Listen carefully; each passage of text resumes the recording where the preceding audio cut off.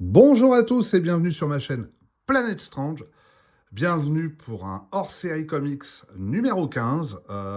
Cette fois-ci, je vais vous présenter quelque chose dont Panini a fait une annonce il y a quelques semaines. Bon là, je fais cette vidéo au même moment où la mission Artemis 2 vient d'amérir. Donc ça vous donne à peu près le temps, le délai, à quel moment j'ai fait ça.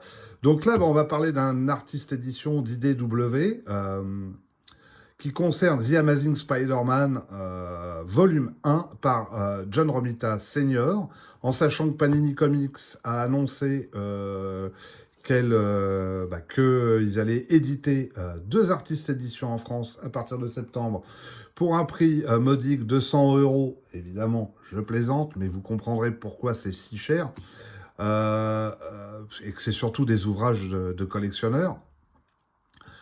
Celui qui va être, les deux premiers qui vont être édités, c'est celui-ci et celui de Walter Simonson concernant la série Star Wars. Donc son passage sur Star Wars avant qu'il fasse son style enchaloupé, je dirais, et qui a fait sa célébrité. Voilà, donc il est encore dans un style assez classique à ce moment-là.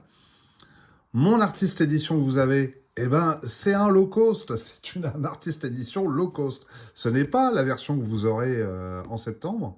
Ça, c'est la version vraiment du pauvre. Donc, vous avez, voilà, les reliures sont comme ça. Le format, bon, c'est un beau format quand même, hein, il est grand. Mais sachez que l'artiste édition à 100 euros sera beaucoup plus grand que ce que vous avez là, dans une reliure de qualité. Enfin bref, voilà, c'est quand même quand même un bel objet, vraiment pour les fans, en sachant aussi qu'il est que à 100 euros, ce qui est assez étonnant, étant donné qu'aux États-Unis, il est à 150 dollars. Alors après, je ne connais pas non plus le cours du dollar et de l'euro, mais quand même, cet écart. Je vous renvoie aussi sur la vidéo annonce du French Geek, parce qu'il en a parlé il y a quelques semaines, et que il donne des informations où il s'interroge sur des choses. Oui, pourquoi 100 euros? Est-ce que c'est un prix d'appel? En tout cas, moi, j'ai pris la mesure de ne pas prendre celui de John Romita Sr. pour The Amazing Spider-Man parce que j'ai le format low cost et que j'ai pas envie de réavoir la même chose. Par contre, je fais un choix, je vais prendre la version de Walter Simonson.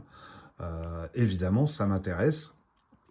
Et puis, de toute manière, je n'aurais pas investi 200 euros pour deux ouvrages.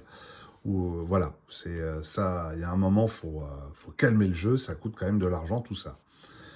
Bref, sachez aussi qu'il y a d'autres volumes qui existent. Alors, je vais vous présenter le volume 2 très rapidement.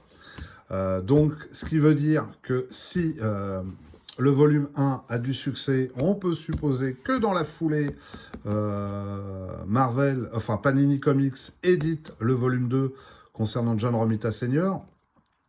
Voilà, c'est si ça a du succès, peut-être pas au même prix, c'est possible. Et puis, il y a cette version, celui-ci qui est vraiment très beau, et je serais surpris que là aussi, Panini Comics, en fonction des ventes, ne l'édite pas.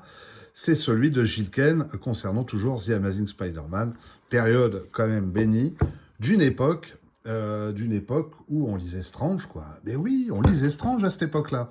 Alors, c'est quoi un artiste édition pour les profanes? Un artiste édition, c'est les scans, en fait, des originaux qui ont été faits en couleur avec les annotations des artistes, très souvent d'ailleurs. Voilà.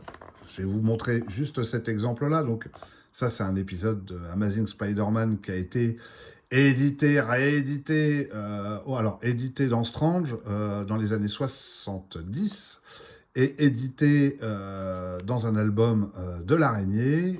Ça, c'est plutôt dans les années 80.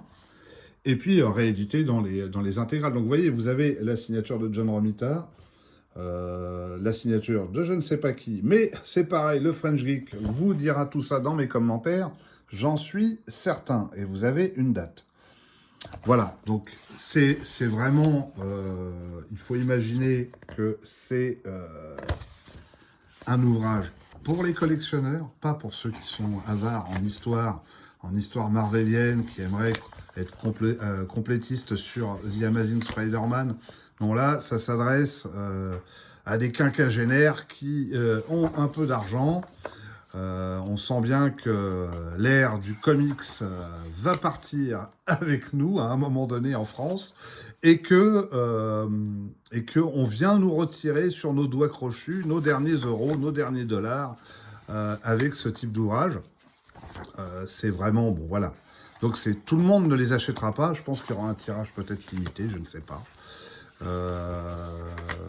Moi, l'idée c'est de vous montrer quand même l'intérieur et ce qu'il y a dedans. Donc vous pouvez constater que là on est sur les récits vraiment des années 60 de John Romita Sr.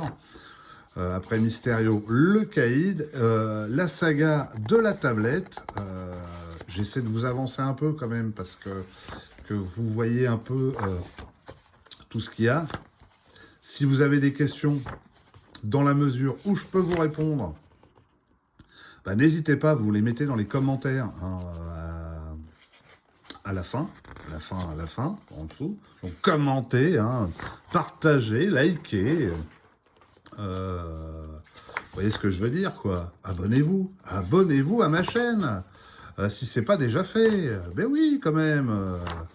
Donc n'hésitez pas, non, mais plus sérieusement, vous commentez si vous avez des questions. J'essaierai évidemment d'y répondre.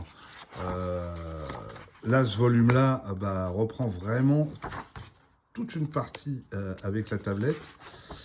Je vais sûrement le faire partir par l'arrière parce qu'à un moment donné, c'est un peu compliqué quand même de tourner les pages avec ce type de reliure.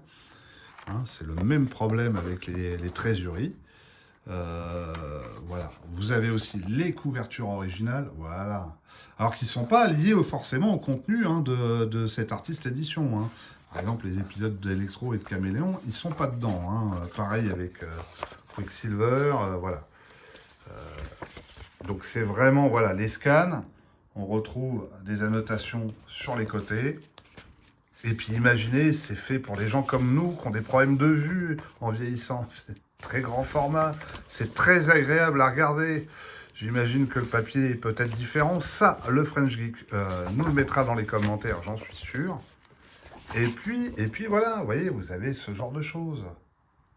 Donc ça, je ne sais pas ce que ça veut dire, mais je suis certain que Jérôme nous le dira, ça c'est sûr, parce que apparemment c'est une date, hein, mais voilà, peut-être qu'il faut insérer quelque chose, voilà, c'est ce que je comprends à peu près. Hein.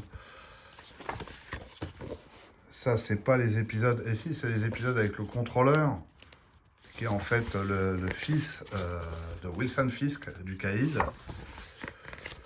Et puis voilà quoi, hein, je vais m'arrêter là parce que c'est déjà pas mal. Et puis c'est assez pénible pour tourner les pages. Je vous le dis, hein, franchement, c'est pas simple.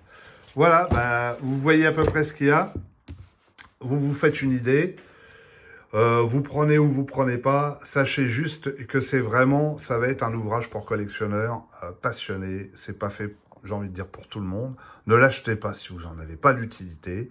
Il y a des tas d'autres. Gardez votre argent pour autre chose s'il faut. Vous, ceux qui le voulez, parce que vous êtes des amoureux de ces planches et de ces artistes, et vous avez envie de vous faire une très belle bibliothèque de collection, eh ben allez-y, c'est pour vous.